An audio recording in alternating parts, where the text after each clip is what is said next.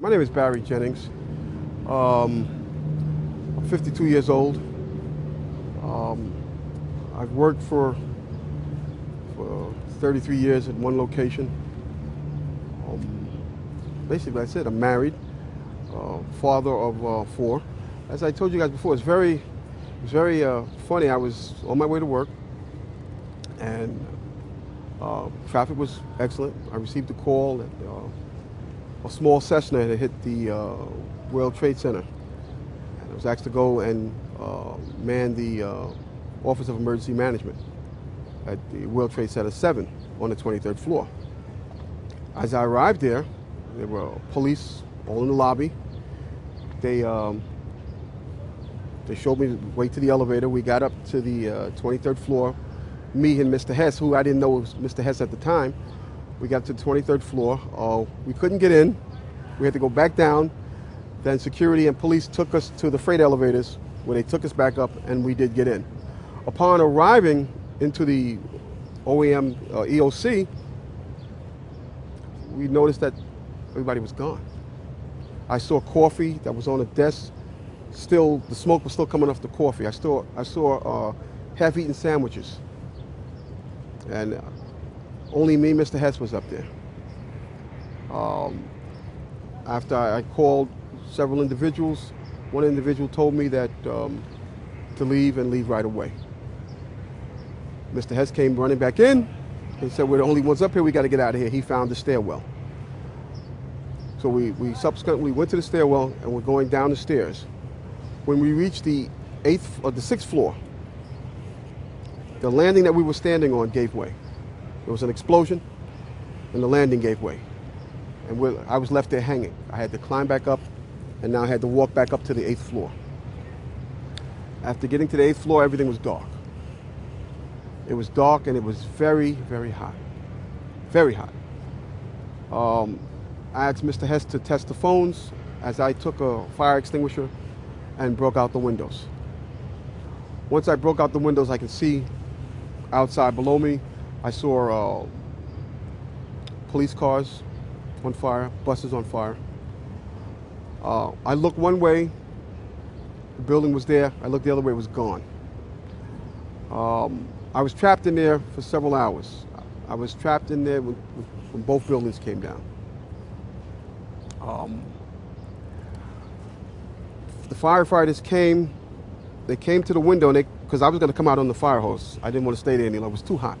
I was going to come out on the fire hose. They came to the window.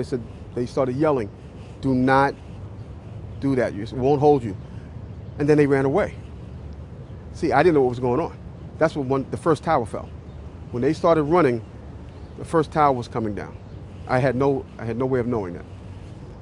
Then I saw them come back. Now I saw them come back with more concern on their faces.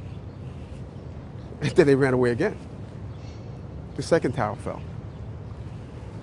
So as they turned and ran the second time, the guy said, "Don't worry, we'll be back for you." And they did come back. This time they came back with 10 firefighters. And they kept asking, "Where are you? We don't know where you are." I said, "I'm on the north side of the building," because when I was on the stairs, I saw north side.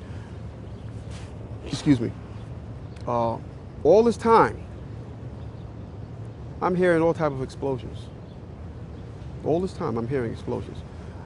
And I'm thinking that maybe it's the buses around me that was on fire, the cars are on fire. I don't see no, but I'm still hearing these explosions. When they finally got to us, and they took us down to what they called the lobby, because I asked them, I said, when we got down there, I said, "Where are we?" He said, "This was the lobby." And I said, "You got to be kidding me." It was total ruins. Total ruins. Now keep in mind, when I came in there, the lobby had nice escalators. It was a huge lobby. And for me to see what I saw, it was unbelievable. And the firefighter that took us down kept saying, "Do not look down." And I kept saying, "Why?" He said, "Do not look down." And we were stepping over people. And you can feel when you're stepping over people. They took us out through a hole that I don't know who made this hole in this wall. That's how they got us out. They took us out through a hole, through the wall, to safety. As they were taking me out, one firefighter had fallen. I believe he was having a heart attack. But before that, this big giant police officer came to me and he says, "You have to run." I said, "I can't run, my knees are swollen." He said, "You're gonna have to get on your knees and crawl in." He said, "Because we have reports of more explosions." And that's when I started crawling and I saw this guy fall behind me, and his comrades came to his aid. They dragged him to safety. I was looking for an ambulance for my knees, and at that time they told me we got to walk 20 blocks to refuge. Before I got there, Eyewitness News grabbed me and started interviewing me. That's basically it. When I made it to the 6th floor, and there was an explosion. The explosion was beneath me. Keep in mind now, it's pitch black in there. All the lights went out. So when the explosion happened, it blew us back. I'm thinking I'm standing on the landing. I'm actually holding on to a pole above us. Really? And I had to climb back up because Hess is yelling, "What do we do now?" I said, "There's only one thing we can do, and it's go back up." So that's when we went back up to the 8th floor, and I busted out that window. When the Office of Emergency Management did an activation, they always included our locale. And what they did was monitor the emergency. They actually coordinated the emergency through several agencies. And that's what we did. I was there as part of one of my agencies, which I can't name. Of course. And we would sit there and we would do sit reports. We would get updates as far as the emergency that was on hand. And that's simply what we would do. Every agency that was involved in that emergency was there. When the activation, only when there was an emergency activation was that manned 24 hours. OEM was manned 24 hours without the activation. When they opened up the EOC, that was activated for as long as the emergency was going on. Once the emergency was subsided, then they would stand down. The only thing I remember as tripod was we did a drill, which was supposed to be a man-made disaster, a terrorist attack, and it was supposed to be some kind of chemical. And all they did was drill. They went through the whole steps, what you would do here, if you'd come here, how you would, they went through the whole thing. And we were just viewing it. We were just part of the viewers. Okay. That was it. We wasn't part of the actual, we would just view the individuals. Monitoring the results of the action. And from Right. media reports, we've heard that it was supposed to take place on the 12th, but preparations were before that. In other words, throughout the week, they've been manning the separate stations. Do you know when it was actually in progress? Because you said you'd been part of it and seen it. So obviously there was something going on before the 12th. Did you observe this in the 10th, the 11th, right prior to 9/11? No. No, this was after? Yes, our participation was after. Was after 9/11? Yes. I received the call shortly after the first plane hit, which everyone thought was a Cessna. That's what I was told. A small Cessna lost its way and hit the plane. I got there, I had to be inside on the 23rd floor when the second plane hit. Okay. I was inside when the second plane hit. I was already in the World Trade Center 7. Okay. When the second plane. You didn't hear that after the fact, or did you hear that when it happened?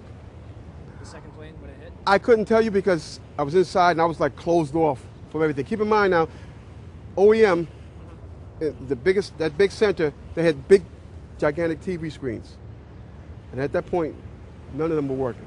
So I didn't know what was going on the outside. So the building was essentially deserted when you and Mr. Hess, the command center was deserted when you and Mr. Hess got up there? Yes. Was that normal? No. No? No. Okay. No, not at all.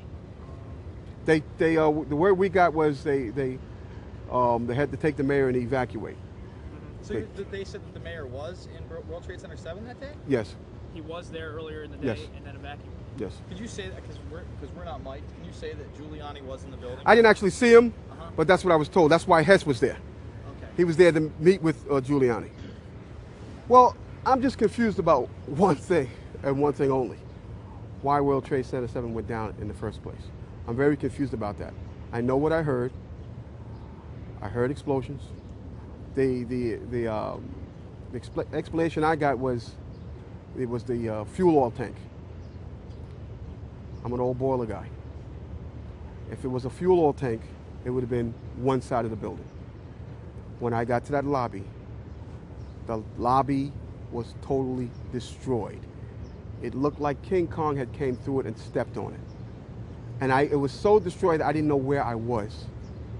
And it was so destroyed they had to take me out through a hole in the wall, a makeshift hole that I believe the fire department made to get me out, me and Mr. Hess out. They called me down. Which ones? They were doing, I think it was part of the 9/11 Commission. So was it the hearings at the new school? No, No? no, I can't tell you where it was because, Yeah. Okay. Yeah. Oh yeah, that's right. but they called me down there, and they asked me the same questions that you guys are asking me. And at that point, they said, okay, thank you. And they sent me on my way. And yeah, you told them pretty much everything you just told us. Yes. That you were in the building, got rocked by an explosion. Yes. All that. Yes. And you know that they didn't mention Building 7 once in the commission report. I told them that's where I was. No, That's I know, where I was. but you know that they didn't mention the building at all. I didn't, you know, I didn't give it too much thought. Uh-huh. I thought they were just doing, you know, an into report or an investigation as to what happened. They got my point of view, and I haven't heard any more from them. No. Not at all? The explanation that I got is about a fuel oil tank. No. No? No. I heard the explosions. And then the key thing was when the police officer came to me, he said, we got reports of more explosions, so you have to run. Uh-huh. Big tall guy. And that's after both towers have fell, correct? Yes, yes. Okay. When we made it back to the 8th floor, as I told you earlier, Yes. both buildings were still standing because I looked one way, looked the other way, now there's nothing there. When I got to the 6th floor, before all this happened, when I got to the 6th floor, there was an explosion. That's what forced us back to the 8th floor. Okay. Both buildings were still standing. Keep in mind, I told you the fire department came and ran. They came twice. Why? Because building tower 1 fell, then tower 2 fell. And then when they came back with all concern now, like, to get me the hell out of there. And they did. And we got out of there. I got in the building a little before 9, a little after 9. I didn't get out of there until like 1. Yeah. Yeah, that's right. Because the news report with Michael Hess was approximately Right. around 1 p.m. Mm-hmm. My mind is still there. You know, that day I'll never forget. And the explanations that were given to me is totally unacceptable. Totally unacceptable. Because as I stated, I was there. I lived it. I lived through it. Actually, I thought I was going to die that day. Because me and Michael Hess did get on our knees and start praying when we saw that there was nobody coming, there was no hope. We did get on our knees and start praying. And then there was a fireman that shined the light and says, anybody in here? Those are the sweetest words I ever heard. Is there anybody in here? And I, at that time, I told Mike, I said, Mike, you better get under the desk and pray to who you're going to pray to, because I'm going to pray to who I'm going to pray to, because it doesn't look like we're going to make it. And that's when that fireman came and saved our lives. And it wasn't until some years later that I testified in front of them. It was very, to tell you, it was very scary because they looked like very important people. Yeah. They were questioning me about certain things. And, I don't know if they liked the answers I gave. I could care less. I gave my account of it, the truth, and that was it. And to my surprise, I was back in the office. Secretaries and things that were cleaning me up. I was disheveled. I even started crying because of the lives that were lost, and I was lucky enough to get out of there. When I got home, I sat down in front of the TV, and my wife said, "Why do you keep watching this? Why do you keep?" I couldn't stop watching it, and that's when I found out Building 7 came down. I was so surprised, and I'm saying to myself, "Why did that building come down?" And I knew why it came down, because of the explosions, and it was no fuel oil tanks. Yes. Okay. Then can you just give us permission to use it? Say louder than words can use this footage. Yes, you can use this footage. All right.